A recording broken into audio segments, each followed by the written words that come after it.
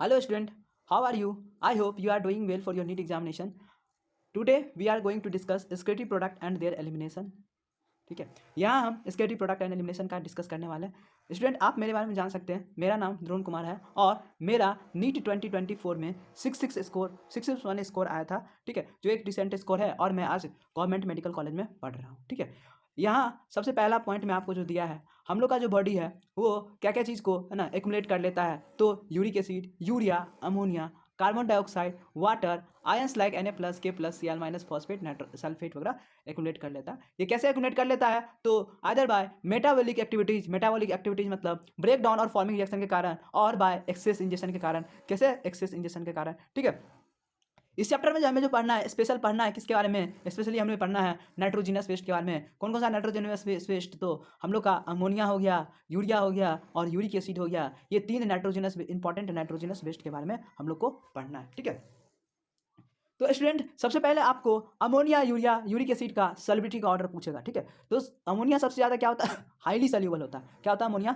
सबसे ज़्यादा सॉल्यूबल होता है, उसके बाद यूरिया होता है और उसके बाद यूरिक एसिड होता है। यानी कि अगर मान लीजिए अमोनिया का है ना स्मॉल अमाउंट ऑफ अमोनिया अगर इंजेक्शन में ले लेंगे और इसको है ना इंजेक्ट कर लेंगे बॉडी में, तो ये पूरा बॉडी में फैल जाएगा। ठीक है, यूरिया थोड़ा सा कम फैलेगा, यूरिक एसिड है ना बहुत ही कम फैलेगा, जहाँ इंजेक्ट कर रहे होंगे उसी है ना वहीं रहेगा। ठीक है, तो सबसे पहले सॉल्युबिलिटी का ऑर्डर जो आपका आ जाता है, अमोनिया सबसे ज़्यादा सॉल्यूबल है, यूरिया उससे कम थोड़ा सॉल्यूबल है, यूरिक एसिड सबसे कम सॉल्युबिलिटी का ऑर्डर है। ठीक है, उसके बाद पूछता है अमाउंट ऑफ वाटर रिक्वायर्ड, है ना जो आपका ज़्यादा सॉल्यूबल होगा है ना वो पूरा बॉडी में घुल जाएगा, तो उसको पानी का रिक्वायरमेंट भी ज़्यादा पड़ेगा है ना अपने बॉडी से निकालने के लिए। क्या होगा? पानी का रिक्वायरमेंट भी ज़्यादा पड़ेगा अपने बॉडी से निकालने के लिए। ये बात याद रखिएगा कि अमोनिया को है ना सबसे ज़्यादा पानी का जरूरत पड़ेगा, है ना। तो ये साइन आपका अपोजिट दे दिया गया है, थोड़ा सा साइन को हम रिवर्स कर लेते हैं। अमोनिया को सबसे ज़्यादा पानी का रिक्वायरमेंट पड़ेगा, ठीक है, और यूरिया को उससे कम थोड़ा सा, यूरिक एसिड को सबसे मिनिमम लॉस ऑफ वाटर के द्वारा एक्सक्रीट किया जा सकता है। ठीक, ये पॉइंट आप याद रखिएगा, बहुत इंपॉर्टेंट पॉइंट है। एनसीईआरटी में आपका लिखा भी है, क्या लिखा है? Ammonia is the most toxic form. ठीक है, अमोनिया क्या है? मोस्ट टॉक्सिक फॉर्म है। ठीक है, सॉल्युबिलिटी भी ज़्यादा है, इसके कारण क्या हो जाता है? ये बहुत ज़्यादा पानी का जरूरत पड़ता है, लार्ज अमाउंट ऑफ वाटर का रिक्वायरमेंट पड़ता है ना इसको रिमूव करने, उसका एलिमिनेशन के लिए। यूरिक एसिड क्या है आपका? यूरिक एसिड क्या है? लीस्ट टॉक्सिक फॉर्म है, can be remove with the minimum loss of water, कम से कम पानी में इसको रिमूव किया जा सकता है। ठीक है, उसके बाद जो ऑर्गेनिज्म है ना वो आपका 3 फॉर्म ऑफ नाइट्रोजनस वेस्ट बनाता है। ठीक है, कितना फॉर्म ऑफ नाइट्रोजनस वेस्ट बनाता है? 3 फॉर्म ऑफ नाइट्रोजनस वेस्ट बनाता है। कुछ आपके ऐसे ऑर्गेनिज्म है जो सिर्फ अमोनिया बनाता है ना, जो आपके अमोनिया बनाता है उसको क्या बोलते हैं? हम लोग बोलते हैं उसको अमोनोटेलिक ऑर्गेनिज्म। क्या बोलते हैं उसको? अमोनोटेलिक ऑर्गेनिज्म बोलते हैं। दूसरा क्या बनाता है? यूरिया बनाता है, उसको यूरियोटेलिक ऑर्गेनिज्म बोलते हैं। तीसरा क्या होता है आपका? यूरिक एसिड बनाता है, उसको कहते हैं यूरिकोटेलिक ऑर्गेनिज्म बोलते हैं। सबसे पहला है ना वो ऑर्गेनिज्म होगा जो अमोनिया का एक्सक्रिएशन कर रहा होगा, उसको क्या बोलेंगे हम लोग? उसको बोलेंगे अमोनोटेलिक ऑर्गेनिज्म बोलेंगे। दूसरा यूरिया का एलिमिनेशन कर रहा होता है, उसको बोलते हैं हम यूरियोटेलिक ऑर्गेनिज्म। और आपका तीसरा होता है यूरिक एसिड को एलिमिनेट करता है, उसको यूरिकोटेलिक ऑर्गेनिज्म कहते हैं। ठीक है,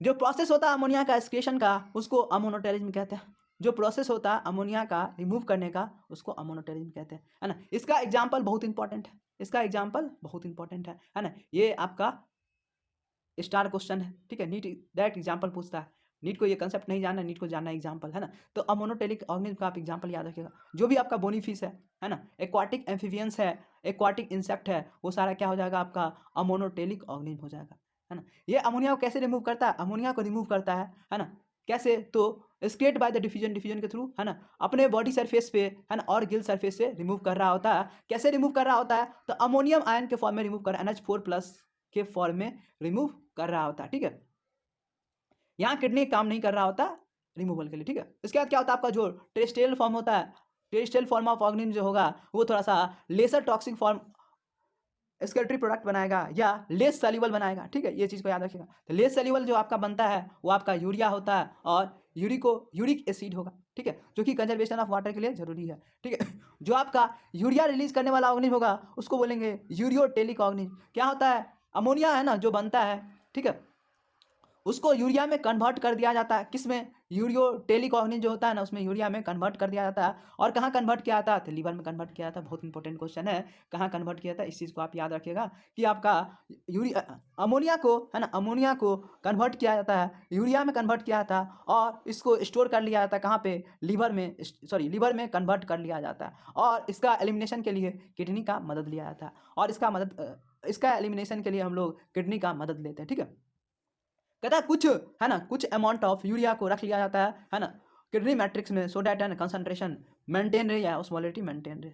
आगे आपका कुछ ऑर्गेनिज्म आपके ऐसे हैं, है ना, जिसको मिनिमम लॉस ऑफ वाटर करना होता है। क्या करना होता है? मिनिमम लॉस ऑफ वाटर करना होता है। मिनिमम लॉस ऑफ वाटर जहाँ करना होता है वहाँ ऑर्गेनिज्म क्या करता है? अपने आप को और मॉडिफाई करता है ना, और इस वेस्ट को कंसनट्रेटेड फॉर्म में कन्वर्ट कर देता है और वो आपका होता है यूरिक एसिड होता है।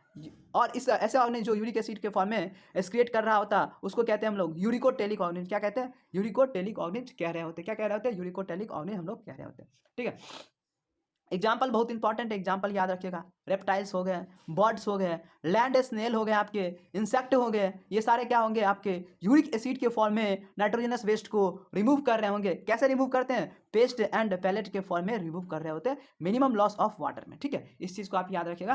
क्या क्या एग्जाम्पल बहुत इंपॉर्टेंट होता है, एग्जाम्पल पक्का याद रखना आपको। एग्जाम्पल एक बोनीफिशेस जो आपका अमोनोटेलिक वाला है, उसका एग्जाम्पल बोनीफिश हो गया। एक्वाटिक एम्फीबियंस, एक्वाटिक इंसेक्ट हो गए। जो आपके यूरियोटेलिक है वहाँ आपके हो जाएंगे, कौन हो जाएंगे बताइए? मैमल, मैनी टेरेस्ट्रियल एम्फीबियंस होंगे और आपके मेराइन फिशेस, है ना, ये आपका यूरिया रिलीज कर रहा होगा। यूरिया कहाँ कन्वर्ट किया, सॉरी, अमोनिया कहाँ यूरिया में कन्वर्ट किया जाता है? तो लीवर में कन्वर्ट किया जाता है। और किससे एलिमिनेट किया जाता है? तो किडनी के द्वारा एलिमिनेट कर दिया जाता है। ठीक है, उसके बाद आपको ये एग्जाम्पल याद रखना, आपके जो भी रेप्टाइल्स होते हैं, रेप्टाइल्स यानी कि एनिमल किंगडम का आपका जो भी रेप्टाइल्स है, जैसे क्रोकोडाइल वगैरह हो गया, है ना, टॉर्टोइज वगैरह हो गया, बर्ड्स जितने भी हो गए आपके, स्नेल वगैरह जो हो गए, है ना, और इंसेक्ट वगैरह जितने भी आपके हो गए, वो आपका यूरिक एसिड को रिमूव कर रहा होगा। कैसे रिमूव करता है? पेस्ट एंड पैलेट के फॉर्म में रिमूव करता है। प्रोसेस को क्या बोलते हैं? यूरिको एनिमल को कैसा क्या बोलते हैं? तो यूरिकोटेलिक एनिमल कह देते हैं। स्टूडेंट, यहाँ एग्जाम्पल से बहुत ज़्यादा चांसेस है कि एक ना एक क्वेश्चन आ जाए। ठीक है, तो पक्का एग्जाम्पल जो आपका 3 लाइन एग्जाम्पल का दिया है, पहला लाइन ये दिया है, दूसरा लाइन आपका ये दिया है, तीसरा लाइन आपका ये दिया है, इसको जरूर याद कर लीजिएगा।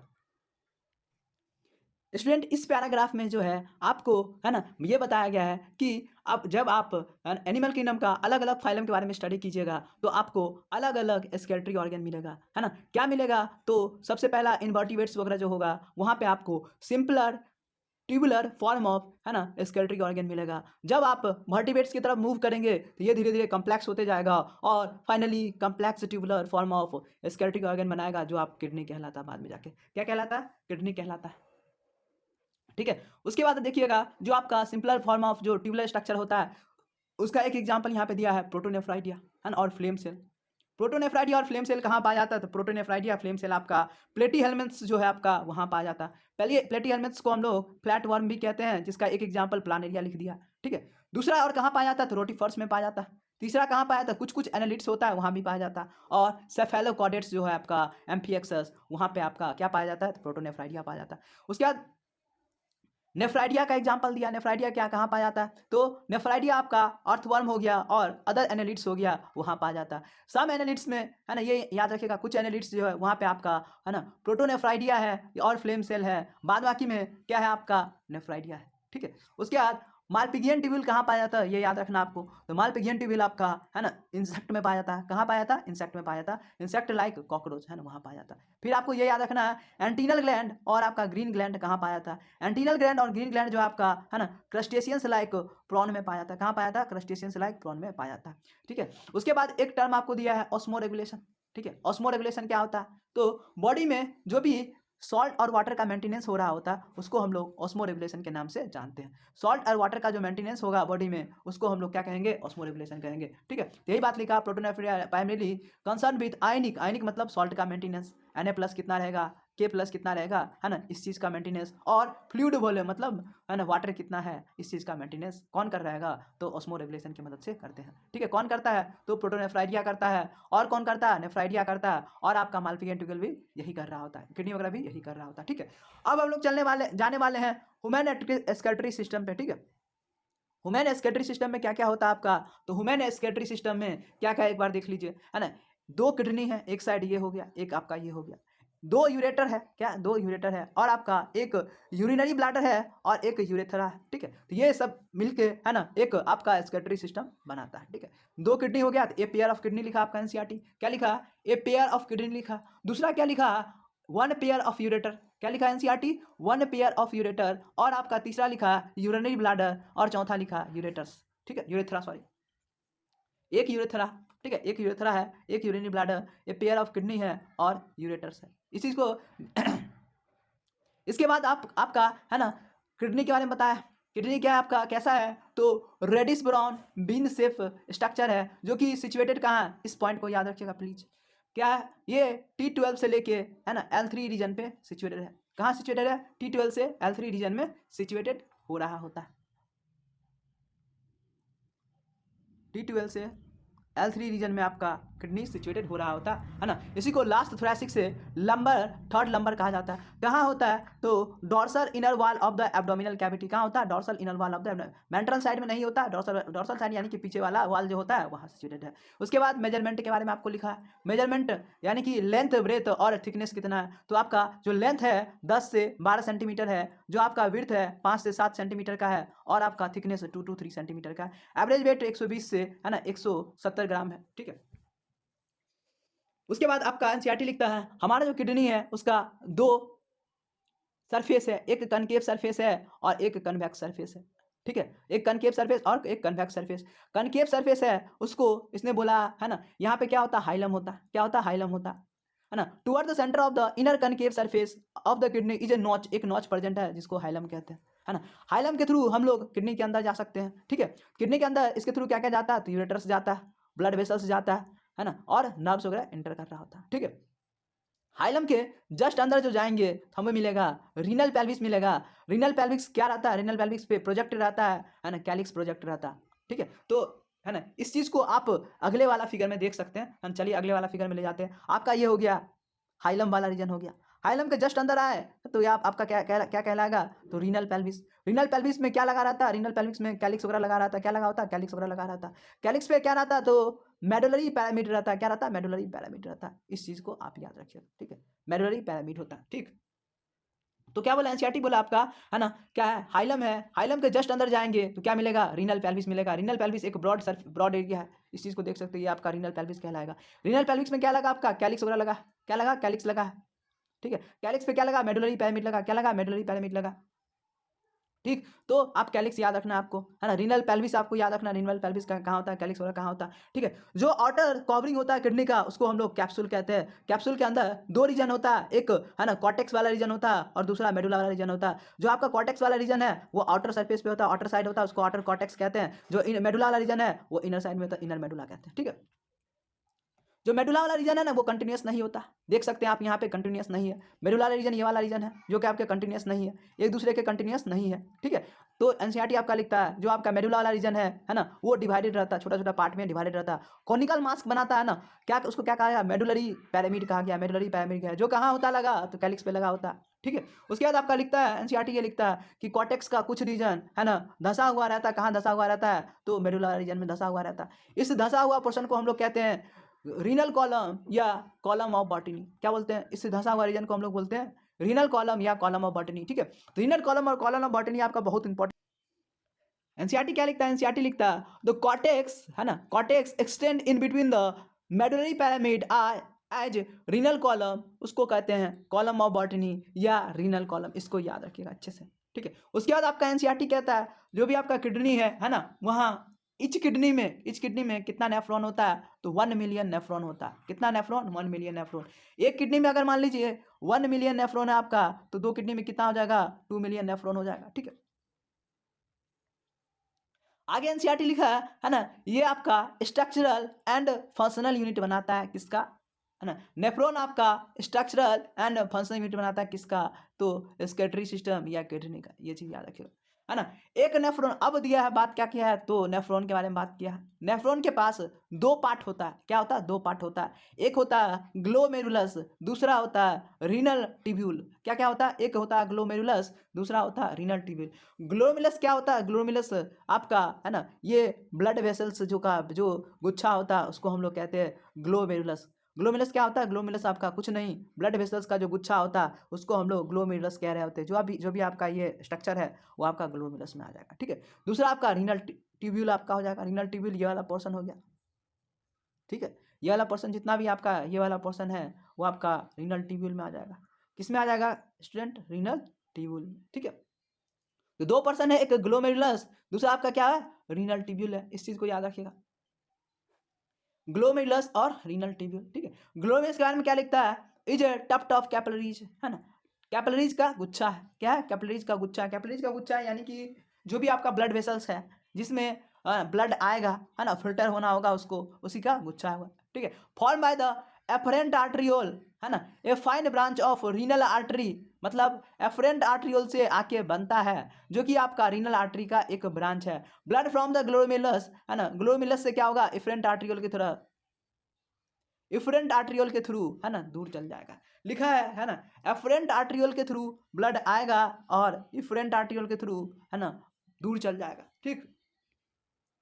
आगे देखिए आपका रीनल ट्यूब्यूल जो है ना, उसमें क्या होता है? एक double walled cup like structure होता है जिसको हम लोग बॉमैन कैप्सूल के नाम से जानते हैं, जो आपका, है ना, ग्लोमेरुलस को कवर करके रखता है। बॉमैन कैप्सूल क्या करता है? ग्लोमेरुलस को कवर करके रखा होता है। ये आपका बॉमैन कैप्सूल हो गया जो ग्लोमेरुलस को कवर करके रखा हुआ रहता है। Glomerulus along with the Bowman capsule is known as Malpighian body और renal corpuscles। इस क्वेश्चन को याद रखिएगा, बहुत ही इंपॉर्टेंट क्वेश्चन है आपका। मालपिगियन बॉडी और रीनल corpuscles किसे कहा जाता है? तो आपका बॉमैन कैप्सूल प्लस क्या हो जाएगा? Glomerulus, plus glomerulus.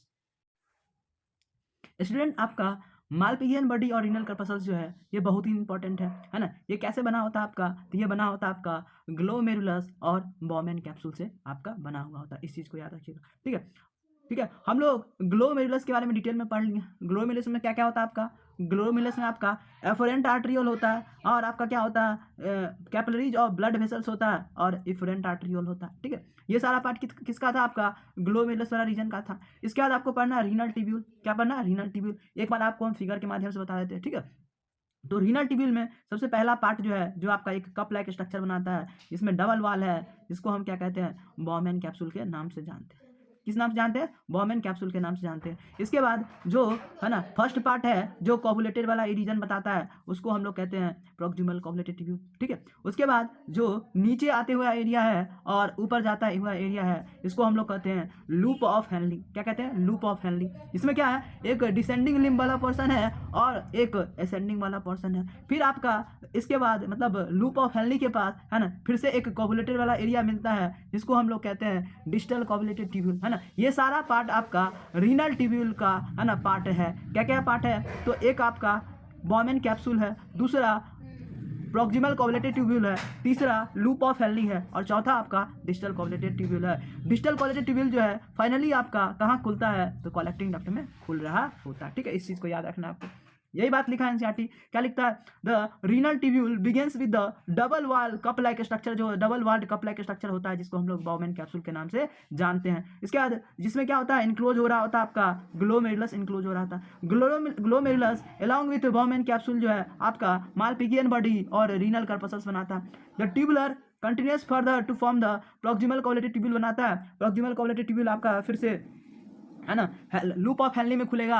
Loop of Henley को एनसीईआरटी लिखा है हेयर पिन सेफ स्ट्रक्चर होता है। क्या होता है? हेयर पिन सेफ स्ट्रक्चर होता है ना, जिसके पास आपका डिसेंडिंग लिम्ब था और असेंडिंग लिम्ब था। इस बात को याद रखिएगा। हेयर पिन सेफ स्ट्रक्चर जो जब लिख के देगा आपको, तो आपको समझना है लूप ऑफ हेनली के बारे में पूछ रहा है, जिसके पास क्या होगा? असेंडिंग और डिसेंडिंग पार्ट होगा, ठीक है। असेंडिंग और डिसेंडिंग पार्ट। इसके बाद जो वाला जो पार्ट होगा वो आपका डिस्टल कोवुलेटेड ट्यूब्यूल होगा, है ना, डिस्टल कोवुलेटेड ट्यूब्यूल है। कहता है एनसीईआरटी कहता है आपका जो डीसीटी वाला पोर्शन होता है ना, वो क्या होता है? स्ट्रेट ट्यूब्यूल में खुलता है, जिसको कलेक्टिंग डक्ट कहते हैं, है ना। क्वेश्चन पूछेगा आपको, है ना, कलेक्टिंग डक्ट में कितना, है ना, डिस्टल कोवुलेटेड ओपन होता है? तो एक कलेक्टिंग डक्ट में मेनी नेफ्रॉन का, बहुत सारा नेफ्रॉन का डीसीटी ओपन हो रहा होता है। मतलब क्या? मतलब ये है कि आपका एक कलेक्टिंग डक्ट होगा, एक कलेक्टिंग डक्ट में बहुत सारा डीसीटी ओपन हो रहा होता है, बहुत सारा नेफ्रॉन का डीसीटी ओपन हो रहा होता है। फिर आपका ये जो आपका कलेक्टिंग डक्ट है, ये कैलिक्स से होते हुए पेल्विस में खुलता है, कहाँ खुलता है, पेल्विस में खुलता है, रीनल पेल्विस में। रीनल पेल्विस से फिर है ना, रीनल पेल्विस से आपका फिर कहाँ ओपन हो जाएगा, रीनल पेल्विस से आपका यूरेटर में ओपन हो जाएगा। यहाँ हम आपको फिगर के माध्यम से बताते थोड़ा सा, है ना। यहाँ पे क्या होगा, आपका कलेक्टिंग ट्यूब्यूल होगा, कलेक्टिंग ट्यूब्यूल क्या होगा, आपका कैलिक्स तक आएगा, कैलिक्स से फिर क्या होगा, रीनल पेल्विस में ओपन होगा, रीनल पेल्विस से फिर क्या हो जाएगा, यूरेटर में ओपन होगा, यूरेटर से कहाँ जाएगा, यूरिनरी ब्लैडर में जाएगा, और ब्लैडर से फिर यूरेथ्रा के थ्रू है ना बाहर निकल। फिर आपसे क्वेश्चन पूछेगा कि कॉर्टिकल वाला रीजन में कौन सा नेफ्रॉन का पार्ट रहता है, बहुत ही इंपॉर्टेंट क्वेश्चन है, ठीक है। क्या क्या रहता है देखिए, एक मालपिगियन कॉर्पसल्स जो हो गया वो रहता है, उसके बाद आपका पीसीटी रहता है और डीसीटी रहता है। जो लूप ऑफ हेनली होता है वो मेडुला वाला रीजन में होता है, जो आपका पीसीटी डीसीटी और मालपिगियन कॉर्पसल्स है वो आपका कॉर्टिकल रीजन में होता है। इस चीज़ को अच्छे से याद रखना है। जो लूप ऑफ हेनली है आपका कहाँ होगा, मेडुला वाला रीजन होगा, ठीक है। कहता है आपका एनसीईआरटी कहता है ना, क्या होता है, मेजोरिटी ऑफ नेफ्रॉन में क्या होता है, लूप ऑफ हेनली बहुत ही कम होता है, बहुत ही छोटा होता है। कहाँ, मेजोरिटी ऑफ नेफ्रॉन में क्या होता है, मेजोरिटी ऑफ नेफ्रॉन में क्या होता है, आपका लूप ऑफ हेनली बहुत छोटा होता है। लूप ऑफ हेनली छोटा होने के कारण क्या होता है, बहुत ज़्यादा आपको मेडुला में नहीं जा पाता अंदर, है ना, टू शॉर्ट होता है, extend only very little into the medulla वाला रीजन, मेडुला वाला रीजन में बहुत ही कम जा पाता है, जिसके कारण उसको हम लोग क्या कहते हैं, कॉर्टिकल नेफ्रॉन कहते हैं, क्योंकि उसका मोस्ट ऑफ द पार्ट क्या होता है, कॉर्टेक्स में ही होता है, ठीक है ना। उसके बाद आगे आपका एनसीईआरटी लिखता है इन सम ऑफ द नेफ्रॉन, कुछ नेफ्रॉन में क्या होता है, कुछ ही नेफ्रॉन में क्या होता है बस, है ना, जो लूप ऑफ हेनली होता है बहुत लंबा होता है, वेरी लॉन्ग होता है, run deep into the medulla वाला रीजन है, मेडुला वाला रीजन में डीपली इंटर कर जाता है। ये जो आपका नेफ्रॉन होता है वो जक्स्टा मेडुलरी नेफ्रॉन होता है ना, जक्स्टा मेडुलरी नेफ्रॉन क्या होता है, बहुत कम संख्या में होता है, सम नेफ्रॉन में ऐसा होता है। और आपका कॉर्टिकल नेफ्रॉन जो है वो मेजोरिटी वाला है ना, आपका कॉर्टिकल नेफ्रॉन ही है, मतलब ज़्यादा नंबर में आपका कॉर्टिकल नेफ्रॉन होगा, और कहीं कहीं आपका क्या होगा, जक्स्टा मेडुलरी नेफ्रॉन होगा, है ना। एक बार आपको हम फिगर के माध्यम से बता देते हैं, ठीक है।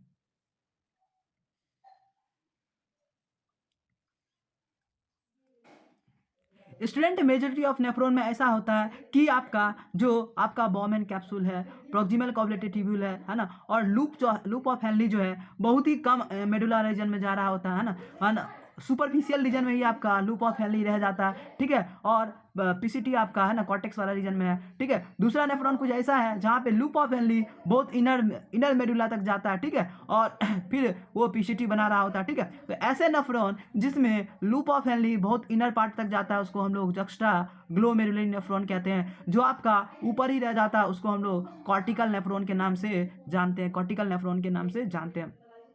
तो आपके पास दो टाइप का नेफ्रॉन हो गया, एक कॉर्टिकल नेफ्रॉन हो गया और दूसरा होगा जक्स्टा ग्लोमेरुलर नेफ्रॉन हो गया, है ना। जो आपका कॉर्टिकल नेफ्रॉन होता है वो अब ज़्यादा मेजोरिटी रीजन में पाया जाता है, मेजोरिटी ऑफ द नेफ्रॉन है ना, वो आपका कॉर्टिकल नेफ्रॉन होगा, और जो आपका कुछ ही अमाउंट में जक्स्टा ग्लोमेरुलर नेफ्रॉन होता है, ठीक है।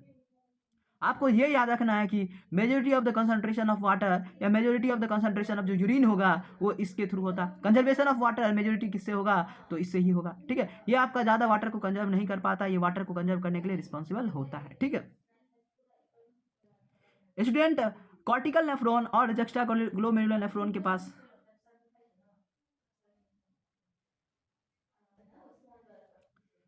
स्टूडेंट, अब हम लोग है ना कॉर्टिकल नेफ्रॉन और जक्स्टा मेडुलरी नेफ्रॉन का आपको फिगर दिखाना चाहेंगे, ठीक है। तो आप एक बार फिगर से समझिए, ठीक है। जो आपका कॉर्टिकल नेफ्रॉन होता है वहाँ लूप ऑफ हेनली बहुत ही है ना सुपरफिशियल रीजन में होता है, वहाँ पे मेडुला रीजन में बिल्कुल भी नहीं, डीप मेडुला का डीप में नहीं जा रहा होता, वो बस सुपरफिशियल रीजन तक ही खत्म हो जा रहा होता है ना। जो आपका जक्स्टा मेडुलरी नेफ्रॉन होता है वहाँ पे लूप ऑफ हेनली बहुत डीप तक जा रहा होता है ना। अब यहाँ पे क्या होता है, आपका बॉमेन कैप्सूल होता है, पीसीटी होता है, और आपका कॉर्टिकल है ना लूप ऑफ हेनली जो होता है वो सुपरफिशियल रीजन में होता है, ठीक है। और उसके बाद आपका पीसीटी हो जाता है, प्रॉक्सिमल कॉवलेटेड ट्यूब्यूल हो जाता है। जो आपका जक्स्टा ग्लोमेरुलर नेफ्रॉन होता है उसमें लूप ऑफ हेनली बहुत डीप तक जा रहा होता है ना।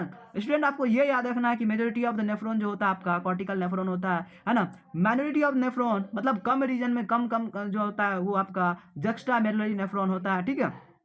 और एक पॉइंट आपको याद ये रखना है कि आपका जो कॉर्टिकल नेफ्रॉन है वो कंजर्वेशन ऑफ वाटर में मदद नहीं कर पाता, जो कंजर्वेशन ऑफ वाटर में मदद करता है वो आपका जक्स्टा मेडुलरी नेफ्रॉन है, ठीक है। इसके बाद हम लोग चलेंगे, जो भी आपका इफरेंट आर्ट्रियोल होगा वो क्या बनाएगा, है ना। इफरेंट आर्ट्रियोल जो आपका होता है वो आपका पेरीट्यूबुलर कैपिलरीज बना रहा होता है, क्या बनाता है, पेरीट्यूबुलर कैपिलरीज बना रहा था। कहता है आपका एनसीईआरटी कहता है the efferent arteriole emerging from the glomerulus form a fine capillary network around the renal tubule called peritubular capillaries, क्या बोलते हैं, पेरीट्यूबुलर कैपिलरीज बोलते हैं, है ना।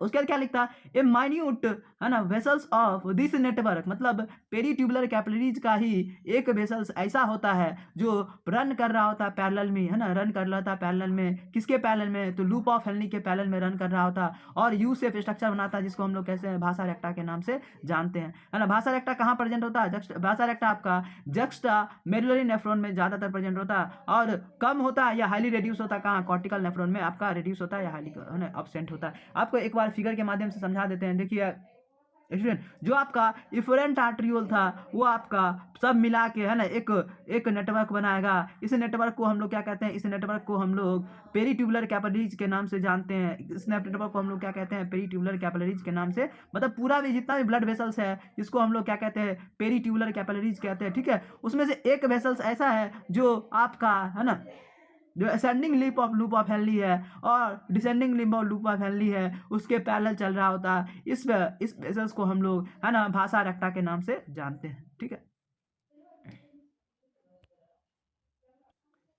स्टूडेंट, अब हम लोग को यूरिन फॉर्मेशन के बारे में पढ़ना है। क्या चीज़ के बारे में पढ़ना है, यूरिन फॉर्मेशन के बारे में। हम लोग जानते हैं कि हम लोग का जो भी वेस्ट सब्सटेंस होता है ना, वो किडनी फिल्टर कर देता है और उसको यूरिन में भेज के, है ना, ब्लड को क्लीन कर देता है, ठीक है। तो जो यूरिन फॉर्मेशन होता है ना, इसमें 3 प्रोसेस होता है ना। हर स्टेप बहुत इंपॉर्टेंट है, हर स्टेप को जानना आपको जरूरी है ना। कृपया करके अच्छे से सुनिए, साथ में कॉपी पे लिखते भी रहिए, कॉपी पेन अच्छे से ले लीजिए ना, लिखते रहिए सर, सो डैट आपको एक ही बार में लर्न हो जाए। साथ में एनसीईआरटी भी रखिएगा, है ना, ताकि कोई भी पॉइंट मिस ना हो। जहाँ हम क्वेश्चन बताएं उसको क्वेश्चन तो एक बार और भी बता देंगे हम।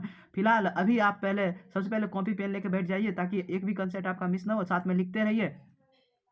जो आपका यूरिन फॉर्मेशन होता है, यहाँ पे आपका 3 स्टेप इन्वॉल्व होता है। क्या होता है, 3 स्टेप इन्वॉल्व होता है, 3 स्टेप्स इन्वॉल्व होता है। सबसे पहला स्टेप जो होता है आपका, वो होता है ग्लोमेरुलर फिल्ट्रेशन। क्या होता है, ग्लोमेरुलर फिल्ट्रेशन। दूसरा होता है रीएब्जॉर्प्शन और तीसरा होता है सिक्रीशन, है ना। ये 3 स्टेप होता है। 3 स्टेप में क्या होता है, देखिए मान लीजिए आपका ब्लड इधर से आया, ठीक है, ब्लड इधर से आया और क्या होगा, ब्लड का कंपोनेंट, कौन सा कंपोनेंट, प्लाज्मा वाला कंपोनेंट। कौन सा कंपोनेंट, प्लाज्मा वाला कंपोनेंट। प्लाज्मा में क्या क्या होता है आपका, 90 से 92% क्या होता है, वाटर होता है। उसके बाद 6 से 8% क्या होता है आपका, क्या होता है बताइए, प्रोटीन होता है, ठीक है। उसके बाद आपको ये याद रखना है कि Na+ Cl-, ठीक है, Cl-, Mg++ और Ca++ और बाइकार्बोनेट आयन वगैरह, CO3- वगैरह एक्सेट्रा एक्सेट्रा रहता है, ठीक है। और क्या रहता है सर, तो और आपका ग्लूकोज मॉलिक्यूल रहता है, और क्या रहता है, लिपिड मॉलिक्यूल रहता है, फैट मॉलिक्यूल वगैरह रहता है, ठीक है। तो ये सारा कंपोनेंट है ना, ये सारा कंपोनेंट है एक्सेप्ट प्रोटीन कंपोनेंट को छोड़ के, है ना, सारा कंपोनेंट इधर से होते हुए इधर पास कर जाएगा, है ना। बाद बाकी जो बच जाएगा उसमें आपका होगा आरबीसी होगा, डब्ल्यूबीसी होगा, आरबीसी होगा, और क्या होगा, प्लेटलेट्स वगैरह होगा, ठीक है। और जो भी प्रोटीन वाला सब्सटेंस था वो सारा रहेगा, ठीक है। तो इधर क्या आपका आ गया, इधर आपका आ गया बहुत सारा इसेंशियल कंपोनेंट जो हम लोग के लिए इंपॉर्टेंट है, अच्छा, यहाँ से जो फिल्टर होकर यहाँ पे आता है कंटेंट जो भी आता है उसको हम लोग ग्लोमेरुलर फिल्ट्रेशन के नाम से जानते हैं। क्या नाम से जानते हैं, ग्लोमेरुलर फिल्ट्रेशन के नाम से जानते हैं। उसमें क्या होगा, आपका बाइकार्बोनेट आ जाएगा, NaCl आ जाएगा, H2O मॉलिक्यूल आ जाएगा, और क्या न्यूट्रिएंट वगैरह आ जाएगा, K+ वगैरह आ जाएगा। ये सारा क्या आपके लिए इंपॉर्टेंट है। तो ये इसको क्या करेगा, रीएब्जॉर्ब कर लेगा, क्या करेगा, रीएब्जॉर्ब कर लेगा, ठीक है। इस चीज़ को याद रखना।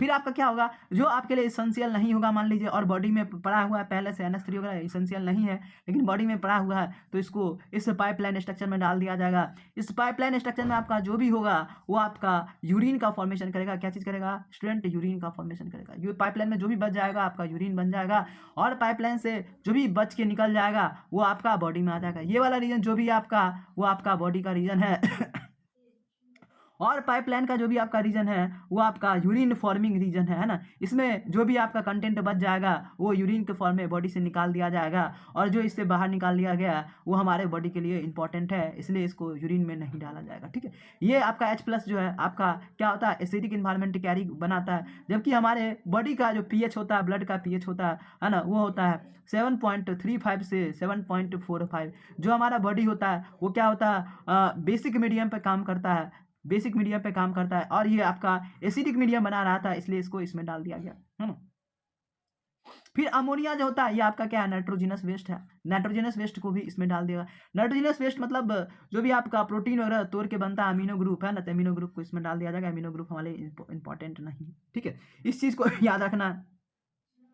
तो जो भी प्रोसेस यहाँ पे हो रहा है ना, जिसमें इसेंशियल वाला अमाउंट को कंटेंट को हम लोग बाहर निकाल लेते हैं, इसको हम लोग कहते हैं रीएब्जॉर्प्शन। और आपका जो यूरिन वाला कंटेंट में हम लोग डाल देंगे उसको बोलेंगे सिक्रीशन, है ना। ये तीन प्रोसेस आपका चल रहा होता है। एक ग्लोमेरुलर फिल्ट्रेशन, जिसमें क्या होगा, ग्लोमेरुलर से है ना इधर फ्लूइड आ रहा होगा, फ्लूइड में क्या होगा, तो प्लाज्मा होगा। क्या होगा, प्लाज्मा होगा। Plasma without clotting factor, clotting factor नहीं, प्लाज्मा विदाउट प्रोटीन होता है। क्या होता है, प्लाज्मा विदाउट प्रोटीन, एक भी प्रोटीन नहीं आता, ठीक है, प्लाज्मा विदाउट प्रोटीन होता है। जो भी इसेंशियल सब्सटेंस वगैरह होगा उसको हम लोग एब्जॉर्ब कर लेंगे। एब्जॉर्प्शन का प्रोसेस को कहा जाता है सेलेक्टिव। जो भी आपका है ना एसेंशियल कंपोनेंट होगा उसको एब्जॉर्ब कर लेंगे, कहा जाता है प्रोसेस को रीएब्जॉर्प्शन। क्या कहा जाता है, रीएब्जॉर्प्शन कहा जाता है। जो भी हम लोग का इंपॉर्टेंट नहीं होगा हमारे बॉडी के लिए उसको बाहर निकाल देंगे, इसको बोला जाता है सिक्रीशन कहा जाता है, ठीक है। ये तीन प्रोसेस होता है, तीन प्रोसेस को अच्छे जान लीजिए, है ना। जो आपका यूरिन वाला कंटेंट में जिस सब्सटेंस को डालेंगे है ना, तो वो सिक्रीशन का प्रोसेस हो जाएगा। और जो आप निकालेंगे यहाँ से है ना, उसको एब्जॉर्प्शन का प्रोसेस है ना कहेंगे। ये तीन प्रोसेस आपका होता है, इसी तीन प्रोसेस पे आपका बॉडी का है ना यूरिन फॉर्मेशन बेस होता है। सबसे पहले आपका है ना ग्लोमेरुलर फिल्ट्रेशन जो होता है उसके बारे में आपका एनसीईआरटी डिटेल में दिया है, तो सबसे पहले हम लोग उसके बारे में स्टडी कर लेते हैं। लिखता है एनसीईआरटी लिखता है, जो फर्स्ट स्टेप आपका होता है यूरिन का फॉर्मेशन में, वो आपका फिल्ट्रेशन ऑफ ब्लड होता है। क्या होता है, फिल्ट्रेशन ऑफ ब्लड होता है, ठीक है, जिसको ग्लोमेरुलर फिल्ट्रेशन कहा जाता है। क्या कहा जाता है, ग्लोमेरुलर फिल्ट्रेशन कहा जाता है ना। आपका एनसीईआरटी लिखता है, ऑन एन एवरेज 1100 से 1200 ml of the blood is filter by the kidney पर मिनट, है ना। कितना पर मिनट आपका फिल्टर होता है, तो 1100 से 1200 ml के आसपास आपका ब्लड जो है फिल्टर हो जाता है, ठीक है। जो कितना है आपका 1/5 of the blood pump by each ventricle है। इसका मतलब बताते हैं, इसका मतलब ये हो गया कि वेंट्रिकल जो आपका होता है, मतलब 2 आर्टरी और 2 वेंट्रिकल होता है ना। तो जो वेंट्रिकल वाला पोर्शन जो है ना, ये पोर्शन हो गया है ना, वो 1 मिनट में आपका 5500 से लेके है ना 6000 तक ब्लड को पंप करता है, जिसमें से है ना 1/5 पार्ट यानी कि 1100 से लेके है ना 1100 से लेके आपका 1200 तक जो आपका ब्लड जो है वो फिल्टर कौन कर देता है, फिल्टर कर देता है आपका किडनी फिल्टर कर देता है। कितना देर में, तो पर मिनट फिल्टर करता है। अच्छा, फिल्टर करने के लिए जो होता है आपका 3 लेयर स्ट्रक्चर होता है। क्या होता है, 3 लेयर स्ट्रक्चर होता है। कौन कौन सा लेयर स्ट्रक्चर आपका, तो सबसे पहला आपका एंडोथेलियम है, endothelium of the glomerular blood vessels. Glomerular blood vessels मतलब ग्लोमेरुलर कैपिलरीज जो है, इसका जो ब्लड वेसल्स जो होगा है ना, इसके अंदर जो सेल का लाइनिंग है ये वाला सबसे पहले आ जाएगा। उसके बाद क्या होगा, बेसमेंट मेम्ब्रेन होगा। बेसमेंट मेम्ब्रेन का यानी कहने का मतलब ये हो गया कि एक आपका बॉमेन कैप्सूल है उसका ये हो जाएगा, लेयर हो जाएगा, और उसके बीच में जो मटेरियल होगा उसको हम लोग बेसमेंट मेम्ब्रेन कहते हैं। और आपका जो बॉमेन कैप्सूल है उसका लेयर आ जाएगा लास्ट में, ठीक है।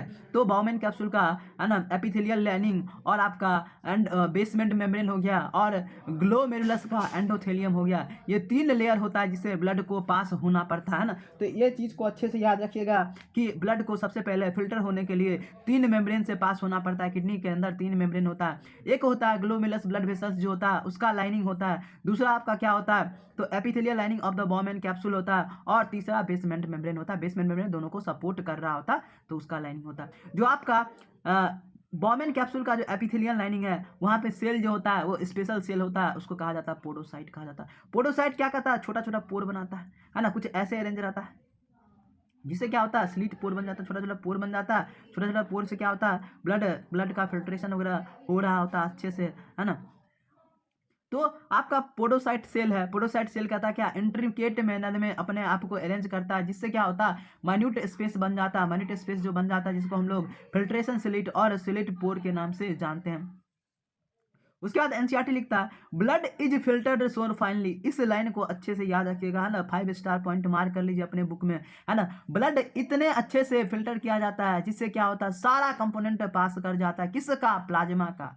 प्लाज्मा का सारा कंपोनेंट पास कर जाएगा, एक्सेप्ट कौन किसको छोड़ के, तो प्रोटीन को छोड़ के, है ना। प्लाज्मा के पास आपका क्या क्या होता है, तो प्लाज्मा के पास जो आपका ब्लड वाला टॉपिक में उसमें जाके देख सकते हैं, उसमें क्या होता है, वाटर होता है, वाटर के अलावा क्या होता है, प्रोटीन होता है, और क्या होता है आपका लिपिड वगैरह होता है, लिपिड होता है, ग्लूकोज मॉलिक्यूल वगैरह होता है। उसके बाद आपका क्या होता है, उसके बाद आपका होता है Na+ होता है, K+ होता है, और Cl- वगैरह होता है, आयन वगैरह होता है, मतलब सिंपल में समझ लीजिए आयन, ठीक है। तो प्रोटीन वाला पार्ट को छोड़ के सारा कुछ फिल्टर हो जाता है, इस बात को अच्छे से याद रखना। इस लाइन को 5 स्टार मार्क कर लीजिए, ताकि क्वेश्चन आए तो एक बार में आप बना दीजिए, ठीक है। आगे कहता है आपका एनसीईआरटी, आगे कहता है कि therefore it is consider as ultra filtration, इसलिए इसको अल्ट्रा फिल्ट्रेशन का नाम दे दिया गया है, ठीक है। इसके बाद आपका एनसीईआरटी लिखता है amount of filtrate form by the kidney पर मिनट, है ना, कितना ब्लड को फिल्टर कर दिया उसको ग्लोमेरुलर फिल्ट्रेशन रेट के नाम से जाना जाता है। 1 मिनट में कितना ब्लड को फिल्टर किया गया उसको हम लोग किस नाम से जानते हैं, ग्लोमेरुलर फिल्ट्रेशन रेट के नाम से जानते हैं। जीएफआर जो आपका 125 ml पर मिनट हो जाता है, और आपका 180 लीटर पर डे के अमाउंट में होता है, ठीक है। इस चीज़ को याद रखना। उसके बाद आपका है ना एक यहाँ पे मैकेनिज्म दिया, इस मैकेनिज्म के बारे में हम थोड़ा देर के बाद बात करते हैं, ठीक है। थोड़ा देर के बाद मतलब नीचे वाला टॉपिक जो है आपका रीएब्जॉर्प्शन है, सबसे पहले उसको बात कर लेते हैं, उसके बाद हम लोग इस पे बात करेंगे, ठीक है स्टूडेंट। आपके इसके बाद एनसीईआरटी आपका ये लिखता है, जो आपका है ना जितना जीएफआर था, है ना, जीएफआर कितना आपका था, जीएफआर 180 लीटर पर डे था, और आपका यूरिन कितना फॉर्म होता है, यूरिन आपका ओनली 1.5 लीटर फॉर्म होता है। इसका मतलब ये हो रहा है कि 99% ऑफ द जो आपका फिल्ट्रेट था उसको, है ना, एब्जॉर्ब कर लिया गया फिर से। तो एब्जॉर्ब फिर से कर लिया गया, उसको क्या बोलेंगे, है ना, रीएब्जॉर्प्शन कहेंगे, है ना, प्रोसेस को क्या बोलेंगे, रीएब्जॉर्प्शन बोलेंगे, है ना। जो भी इसेंशियल कंपोनेंट होता है उसको या तो एक्टिवली रीअब्जॉर्ब कर लिया जाएगा या पैसिवली रीअब्जॉर्ब कर लिया जाएगा। तो कुछ आपका एग्जाम्पल दिया है एक्टिवली रीअब्जॉर्प्शन का, है ना, वो आपको याद रखना है। ग्लूकोज हो गया, एमिनो एसिड हो गया, Na+ हो गया, इसको एक्टिवली रीअब्जॉर्ब कर लिया जाता है। उसके बाद आपका, है ना, नाइट्रोजनस वेस्ट हो जाता है, वो आपका पैसिवली रीअब्जॉर्ब किया जाता है कभी कभी। और कभी क्या होता है आपका वाटर का जो है इनिशियल सेगमेंट में आपका, है ना, पैसिवली रीअब्जॉर्प्शन वगैरह।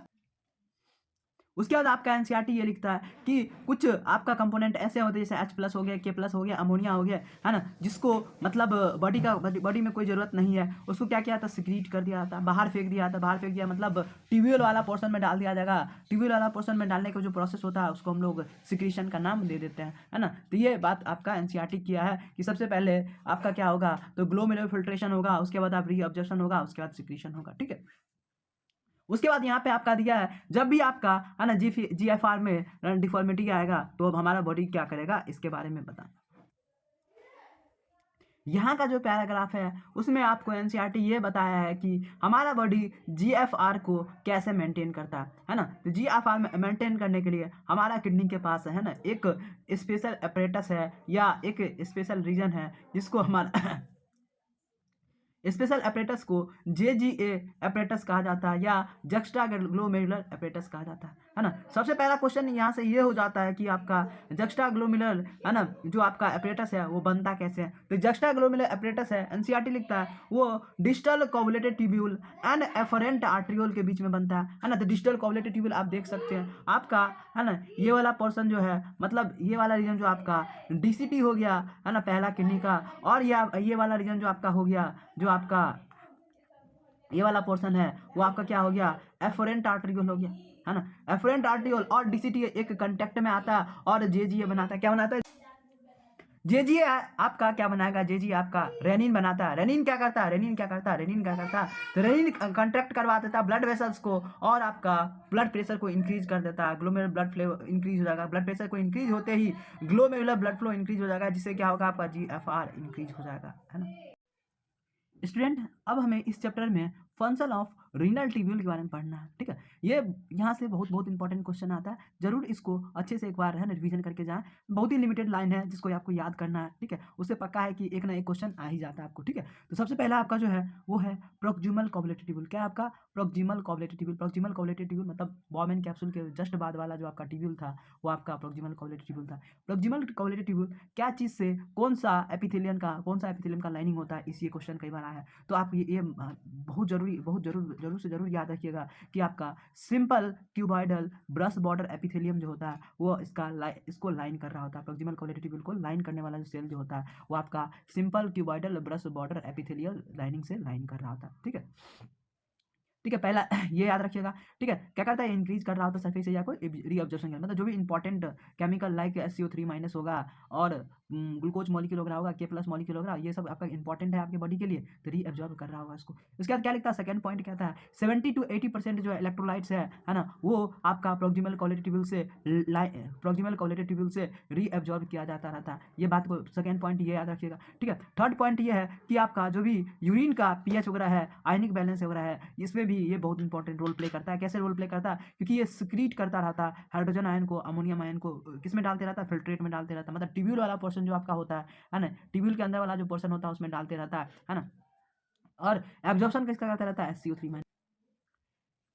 SCO3- का एब्जॉर्प्शन करने से ये हो जाता है कि बॉडी का जो pH है आपका वो क्या होता है, 7.35 से 7.45 के बीच में मेंटेन रहता है, 4-5 के बीच में मेंटेन रहता है, और आपका अच्छा आयन को बाहर फेंकते रहता है, जिससे क्या होता है, ये आपका एल्कलाइन मीडियम में रहता है। फिर उसके बाद आपका लूप ऑफ हेनली क्या, यहाँ पे क्या होता है, सबसे पहला पॉइंट आपको ये याद रखना है कि आपका रीएब्जॉर्प्शन जो है यहाँ पे मिनिमम होता है। ठीक है, इन इट्स असेंडिंग लिम्ब।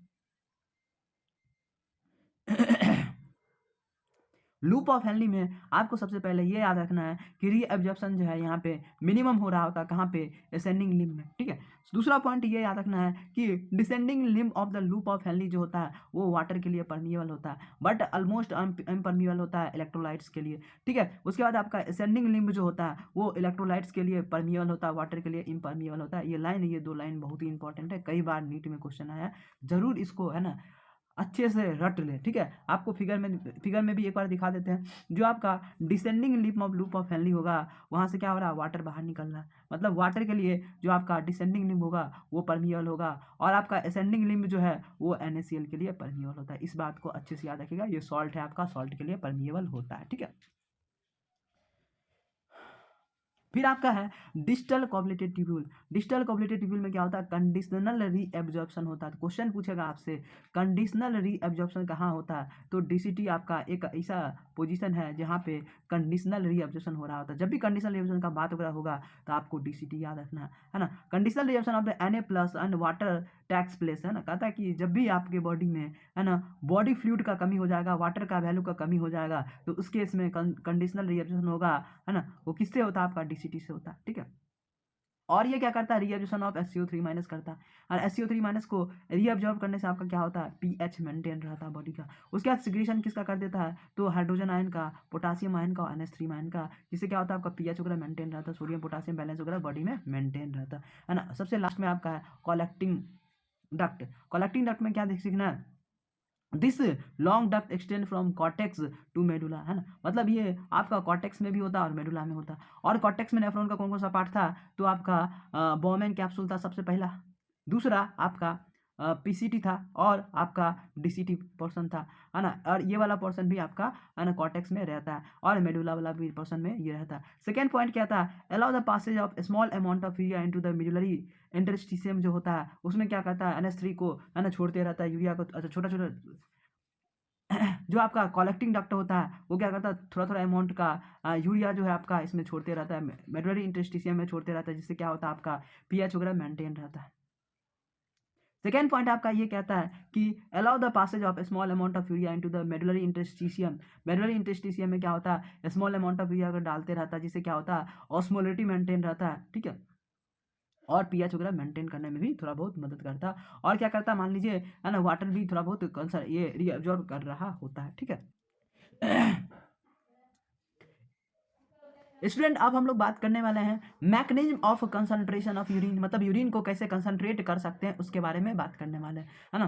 तो आपका यहाँ सबसे पहला NCERT लिखता है mammal have the ability to produce the concentrated urine, है ना, जो भी आपका जो यूरिन फॉर्म होता है मैमल में वो कंसंट्रेटेड यूरिन फॉर्म हो रहा होता है, मतलब जितना भी फिल्ट्रेट बनता है उसमें क्या किया जाता है, वाटर को रीअब्जॉर्ब कर लिया जाता है, और जो भी बच जाता है वो यूरिन फॉर्म बनाता है। ठीक है, आगे आपका NCERT लिखता है द हेनली लूप मतलब लूप ऑफ हेनली, और आपका क्या होता है भाषा रेक्टा यानी कि ये वाला पोर्शन जो आपका लूप ऑफ हेनली हो गया ये रीजन, और आपका भाषा रेक्टा जो हो गया ये रीजन आपको कंसंट्रेशन ऑफ यूरिन में मदद कर रहा होता। क्या क्या है मदद कर रहा होता? तो लूप ऑफ हेनली मदद कर रहा होता और भाषा रेक्टा मदद कर रहा होता, सिग्निफिकेंट रोल प्ले कर रहा होता, जिससे क्या होता है यूरिन आपका कंसंट्रेट हो रहा होता। क्या कहता है आपका एनसीईआरटी कहता है द फ्लो ऑफ फिल्ट्रेट, मतलब जो भी आपका पाइपलाइन स्ट्रक्चर में आता है, मतलब इस पाइपलाइन स्ट्रक्चर में जो आएगा है ना उसको फिल्ट्रेट बोला एनसीईआरटी, ठीक है।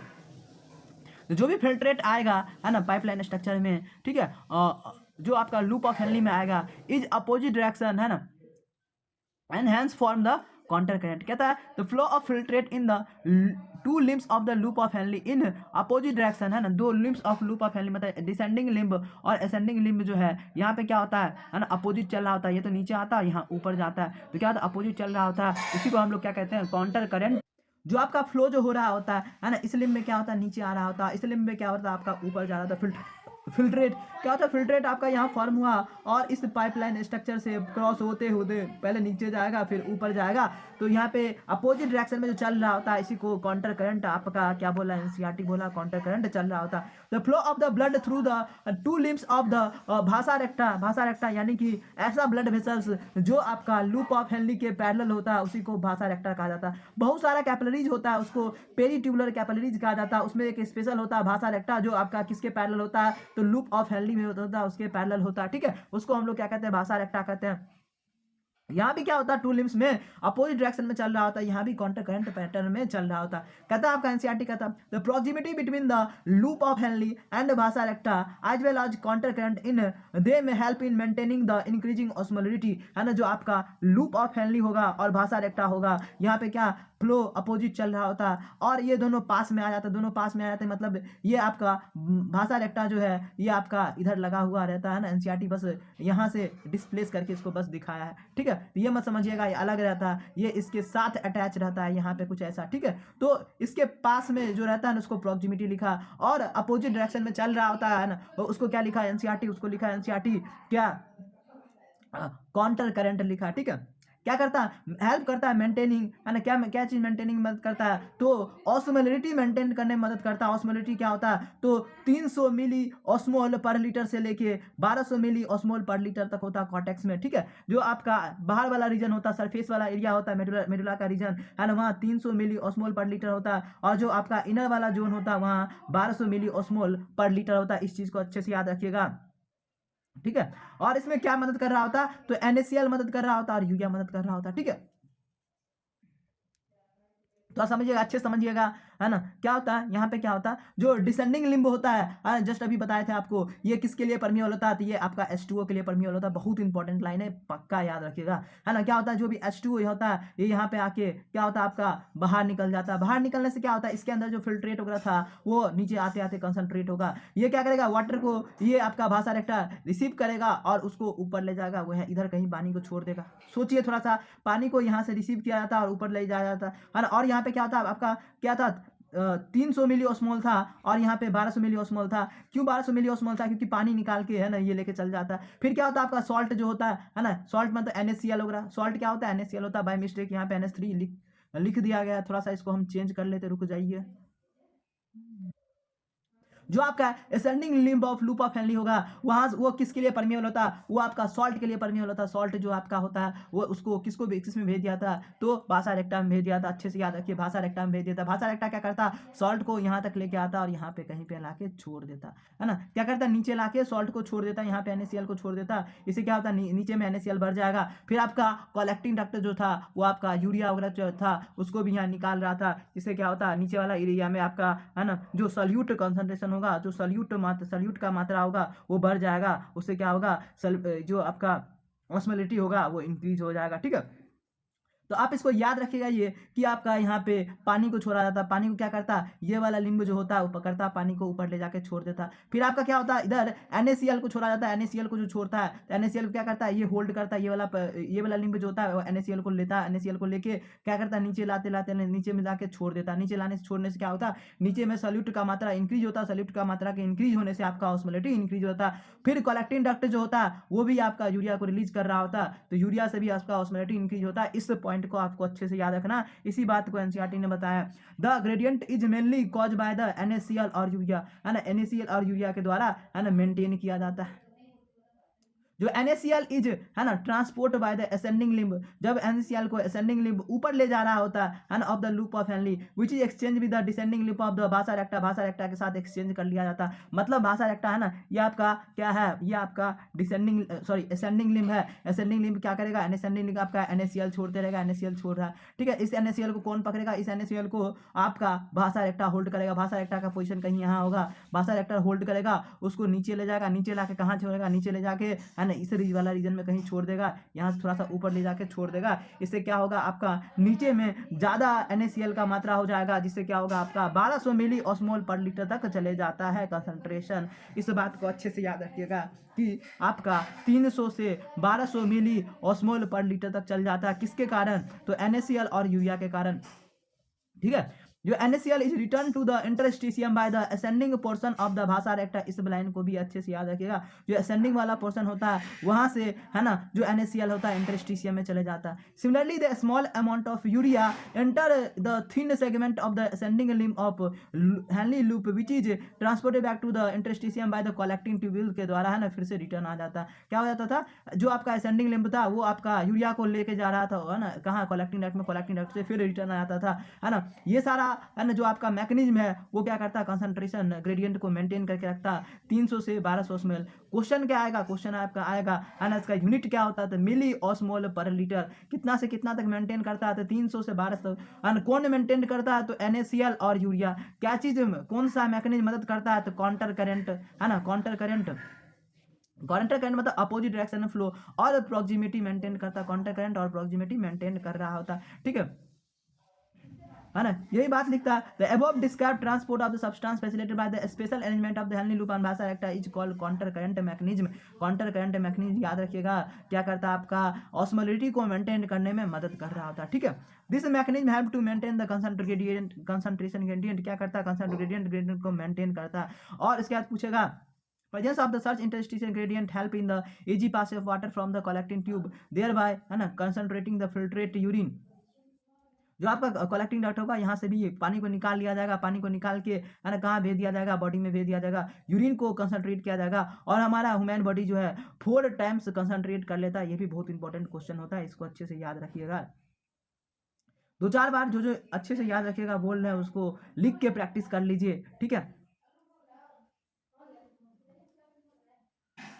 स्टूडेंट, हमें mechanism of concentration of urine के बाद हमें पढ़ना रेगुलेशन ऑफ किडनी। किडनी कैसे अपने आप को रेगुलेट करता है, इसके बारे में पढ़ना। तो किडनी आपका, है ना, एफिशिएंटली मॉनिटर होता है by the hormonal feedback mechanism. किससे होता है, हार्मोनल फीडबैक मैकेनिज्म। और कौन कौन सा हार्मोन या कौन कौन सा ग्लैंड से होता है, तो सबसे पहला हाइपोथैलेमस से होता है, दूसरा JGA से होता है, तीसरा आपका हार्ट से कंट्रोल हो रहा होता है। कहता है हमारे बॉडी में जो भी ऑस्मो रिसेप्टर होता है, ठीक है, ऑस्मो रिसेप्टर क्या होता है, एक्टिवेट हो जाता है by change in the body blood volume. Blood volume हो गया, है ना, और उसका बॉडी फ्लूइड वॉल्यूम और आयनिक कंसंट्रेशन वगैरह जो होगा चेंज होगा, जिससे क्या होगा, आपका ऑस्मो रिसेप्टर एक्टिवेट हो जाएगा।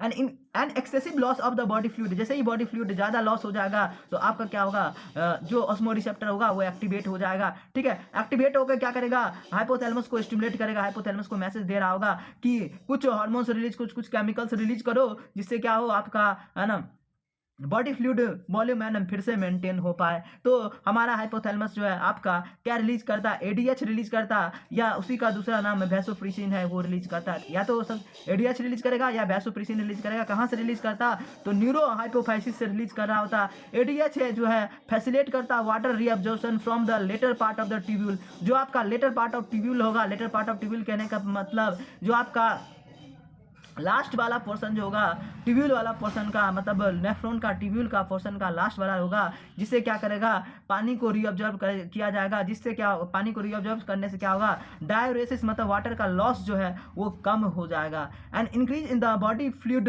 Volume can switch off the osmo receptor and suppress the ADH release to complete the feedback. कहता है आपका NCERT ये कहता है कि जैसे ही बॉडी फ्लूइड मेंटेन हो जाएगा, ऑस्मो रिसेप्टर आपका स्विच ऑफ हो जाएगा। ऑस्मो रिसेप्टर स्विच ऑफ होने से ADH रिलीज ऑटोमेटिकली, है ना, कम हो जाएगा। ADH रिलीज कम होगा, उससे क्या होगा आपका, अच्छा, आपका एडीएच जो है वो क्या करता है, ब्लड वेसल्स को कंट्रिक्ट करवा देता है, क्या करता है, कंट्रिक्ट करवाता है, ब्लड वेसल्स को नैरो करवा देता है। ब्लड वेसल्स को नैरो करने से क्या होता है, आपका ब्लड प्रेशर इंक्रीज होता है।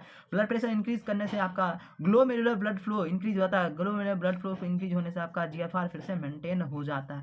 पहला बात ये है। उसके बाद आपका जेजीए एपरेटस है, juxta glomerular apparatus. Juxta glomerular apparatus कैसे बनता है, तो जक्स्टा ग्लोमेरुलर एपरेटस आपका एफरेंट आर्टरियोल और आपका डीसीटी के डीसीटी के कांटेक्ट में आने से बनता है। ठीक है, जैसे ही आपका जीएफआर कम होता है, ग्लोमेरुलर ब्लड फ्लो कम होता है, ग्लोमेरुलर ब्लड प्रेशर कम होता है, जीएफआर ग्लोमेरुलर ब्लड फिल्ट्रेशन कम होता है, तो जीजी से रिलीज करता है आपका रेनिन। रेनिन क्या करता है, तो एंजियोटेंसिनोजेन जो आपका ब्लड में प्रेजेंट होता है, एंजियोटेंसिनोजेन को कौन बनाता है, लीवर बनाता है। ठीक है, उसको कन्वर्ट कर देता है एंजियोटेंसिन फर्स्ट में। एंजियोटेंसिन फर्स्ट को फिर से एंजियोटेंसिन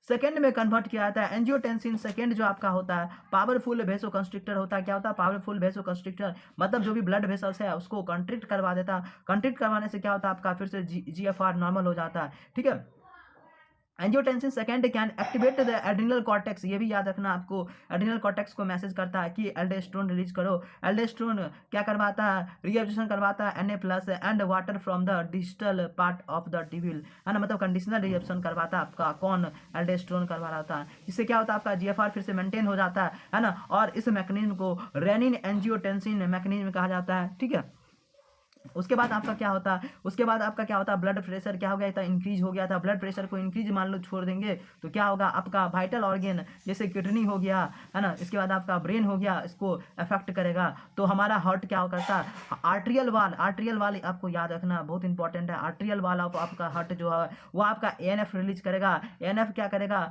ब्लड वेसल्स को डायलेट करवा देगा। ब्लड वेसल्स को डायलेट करने से ब्लड प्रेशर फिर से नॉर्मल हो जाता है। ठीक है, इसको कहते हैं एएनएफ मैकेनिज्म। देयरफॉर, है ना, ये क्या है, आपका रेनिन एंजियोटेंसिन मैकेनिज्म है, उसका चेक वगैरह है। ठीक है, अब हमें पढ़ना है मिक्चुरेशन। स्टूडेंट, इस सेक्शन में हम लोग मिक्चुरेशन के बारे में बात कर रहे होंगे। मिक्चुरेशन मतलब होता है आपका एक्सक्रिएशन ऑफ यूरिन। ठीक है, मतलब रिमूवल ऑफ यूरिन जो आपका होता है उसको हम लोग मिक्चुरेशन कहते हैं।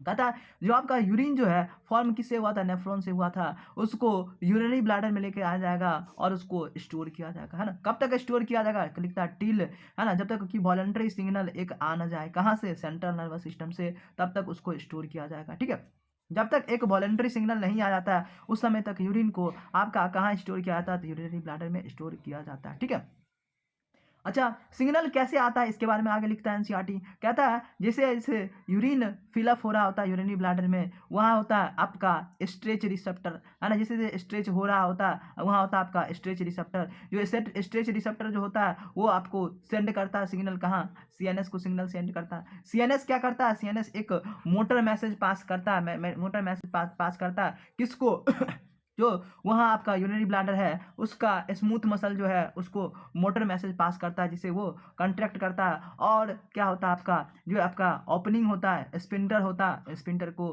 है ना, रिलैक्सेशन करवाता है। क्या क्या होता है, तो कंट्रैक्शन ऑफ स्मूथ मसल करवाता है और रिलैक्सेशन ऑफ स्पिंटर करा रहा होता है, जिससे आपका क्या होता है, मिक्चुरेशन होता है। ठीक है, the process of release of urine हो रहा होता है। ठीक है, इसको मिक्चुरेशन कहते हैं। एंड ये आपका क्या था, तो एक न्यूरल मैकेनिज्म था जिसमें क्या हुआ था, सबसे पहले स्ट्रेच रिसेप्टर एक्टिवेट हुआ था। वो सिग्नल किसको भेजा था, वो सिग्नल आपको भेजा था ब्रेन को। ब्रेन से फिर सिग्नल कहाँ आया था, स्मूथ मसल सेल के पास आया था। स्मूथ मसल सेल आपका क्या किया था, कंट्रैक्ट किया था। रिलैक्सेशन किसका हुआ था, तो यूरेथ्रल स्पिंटर का रिलैक्सेशन हुआ था। इस चीज़ को याद रखिएगा, जो मिक्चुरेशन होता है उसको किससे होता है, तो मिक्चुरेशन रिफ्लेक्स से हो रहा होता है ना। कहता है ऑन एन एवरेज 1 से 1.5 लीटर ऑफ यूरिन क्रिएट किया जाता है पर डे। ठीक है, जो आपका क्या होता है ना, क्या होता है, लाइट येलो कलर का वाटरी फ्लूइड होता है ना, और स्लाइटली एसिडिक होता है। 6, है ना, इसका पीएच है। उसके बाद कितना, है ना, एवरेज अमोनिया यूरिया कितना रिलीज किया जाता है, तो 25 से 30 gram of urea per day आपका क्रिएट किया जाता है। उसके बाद कहता है ना, एनालिसिस ऑफ यूरिन से हमें कुछ डिजीज के बारे में पता चलता है। एक डिजीज का नाम यहाँ दिया आपको, डायबिटीज मेलाइटस का नाम दिया है। डायबिटीज मेलाइटस में क्या देखने को मिलता है, तो यूरिन विथ ग्लूकोज देखने को मिलता है। यूरिन में आपका ग्लूकोज ग्लूकोज आ रहा होता है, कंडीशन को कहा जाता है ग्लाइकोसूरिया। और कीटोन बॉडीज वगैरह भी आ रहा होता है, कंडीशन को कहा जाता है कीटोनूरिया। क्या होता है आपका जो आपका डायबिटीज मेलाइटस होता है, इसमें क्या होता है इंसुलिन का फॉर्मेशन नहीं होता है। इंसुलिन का फॉर्मेशन जो नहीं होता है तो प्रॉपर बॉडी को ग्लूकोज नहीं मिल पाता, बॉडी सॉरी जो भी बॉडी का सेल होगा उसको ग्लूकोज नहीं मिल पाएगा। ग्लूकोज नहीं मिलने के कारण क्या करेगा, वो आपका सेल जो होगा वो फैट बॉडीज को तो तोड़ेगा, फैट बॉडीज को तोड़ने से क्या होगा कीटोन बॉडीज बन जाएगा। तो कीटोन बॉडीज भी देखने को मिलता है आपका यूरिन में, डायबिटीज मेलाइटस में। इस बात को अच्छे से याद रखना है आपको। हाँ, एक बार मिक्चुरेशन खत्म, मिक्चुरेशन के बाद हम लोग को पढ़ना है role of other organ in excretion, मतलब कि किडनी के अलावा कौन कौन सा आपका ऑर्गेन काम कर रहा होता है एक्सक्रिएशन में, इस चीज़ के बारे में पढ़ना है। तो किडनी के अलावा आपका लंग्स हो गया, लीवर हो गया और स्किन हो गया, ये सारा आपका एक्सक्रिएशन में फंक्शन कर रहा होता है। ठीक है, ये सारा आपका एक्सक्रीटरी ऑर्गेन है। लंग्स के बारे में लिखता है कि ये आपका CO2 को रिमूव करता है और सिग्निफिकेंट क्वांटिटी ऑफ वाटर को एवरीडे रिमूव कर रहा होता है। कितना आपका CO2 रिमूव करता है ना, ये क्वेश्चन आपको आ सकता है। तो 200 ml पर मिनट के हिसाब से रिमूव कर रहा होता है। जो आपका लीवर होता है ना, वो आपका क्या है लार्जेस्ट ऑर्गन है। ये क्या बनाता है आपका बाइल कंटेनिंग सब्सटेंस बनाता है, लाइक बिलीरुबिन हो गया, बिलीवर्डिन हो गया, कोलेस्ट्रॉल हो गया, डिग्रेडेड स्टेरॉइड हार्मोन्स वगैरह जो भी आपका इसके पास जाएगा और विटामिन वगैरह जाएगा और ड्रग्स वगैरह जो भी जाएगा उसको एक्सक्रिएट कर रहा होता है। कौन, लीवर कर रहा होता है ना। और किसके माध्यम से करता है, तो डाइजेस्टिव वेस्ट के फॉर्म में कर देता है। ठीक है, उसके बारे में हमें, उसके बाद हमें स्वेट और सेबेसियस ग्लैंड के बारे में पढ़ना है, जो आपका कहाँ होता है, तो स्किन में होता है। ठीक है, जो आपका स्वेट ग्लैंड होता है वो क्या बनाता है, स्वेट प्रोड्यूस करता है ना। स्वेट जो है वाटरी फ्लूइड होता है जिसके पास NaCl, small amount of urea, lactic acid वगैरह प्रेजेंट रहता है ना। Through the primary function of the, क्या प्राइमरी फंक्शन स्वेट का, तो फैसिलेट कूलिंग, कूलिंग फंक्शन का रोल होता है किसका, स्वेट का। लेकिन ये एक्सक्रिएशन में भी मदद कर रहा होता है। फिर आपका सेबेसियस ग्लैंड आपका क्या है, सेबेसियस ग्लैंड आपका है ना क्या रिलीज करेगा, एस्ट्रोल्स रिलीज करेगा, हाइड्रोकार्बन रिलीज करेगा, वैक्स लाइक सब्सटेंस वगैरह रिलीज कर रहा होगा, जो क्या प्रोवाइड करता है, तो प्रोटेक्टिव ऑयली कवरिंग प्रोवाइड करता है स्किन पे। ठीक है, उसके बाद आपका एनसीईआरटी लिखता है small amount of nitrogenous waste है ना आपका सलीवा से भी रिलीज हो रहा होता है। इस चीज़ को याद रखना है आपको। डिसऑर्डर्स के बारे में लास्ट में दे दिया एनसीईआरटी के बारे में। सबसे पहले आपको यूरेमिया पढ़ना। यूरेमिया क्या होता है, यूरेमिया होता है मतलब होता है कि है ना सबसे पहला डिजीज जो आपका यूरेमिया दिया है। यूरेमिया में क्या होता है ना, जब आपका किडनी अच्छे रूप से काम नहीं करता है तो क्या होता है आपके ब्लड में यूरिया एक्युमुलेट होना स्टार्ट कर देता है। कंडीशन को कहते हैं यूरेमिया कहते हैं। इस केस में क्या करना पड़ता है, पर्सन को है ना, पेशेंट को हीमोडायलिसिस के थ्रू गुजरना पड़ता है, जिससे क्या हो कम से कम किडनी मेंटेन रहे है ना, और यूरिया का लेवल बॉडी में ना इंक्रीज हो।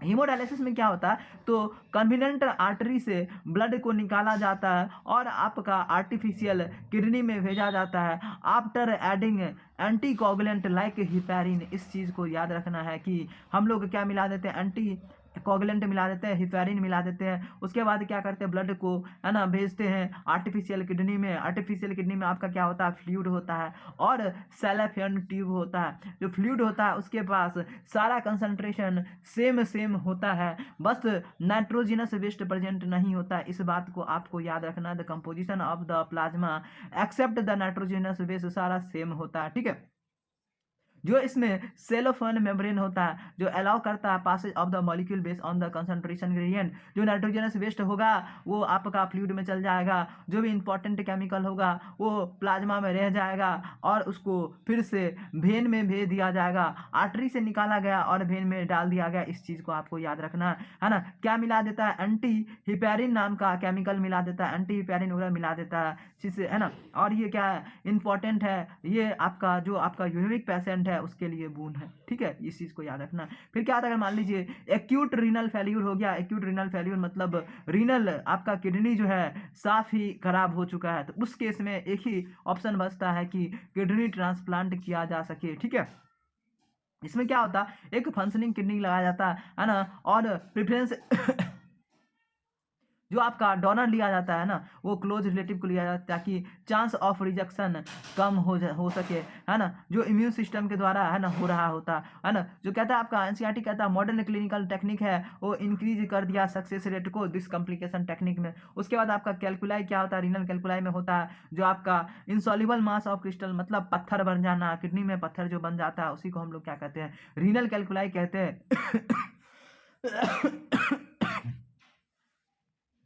उसके बाद आपका एनसीईआरटी लिखता है ग्लोमेरुलोनेफ्राइटिस। ग्लोमेरुलोनेफ्राइटिस में क्या होगा, आपका ग्लोमेरुलर वाला मतलब ब्लड वेसल्स वाला जो रीजन था उसमें क्या हो जाएगा, इन्फ्लामेशन हो जाएगा। इन्फ्लामेशन होने को हम लोग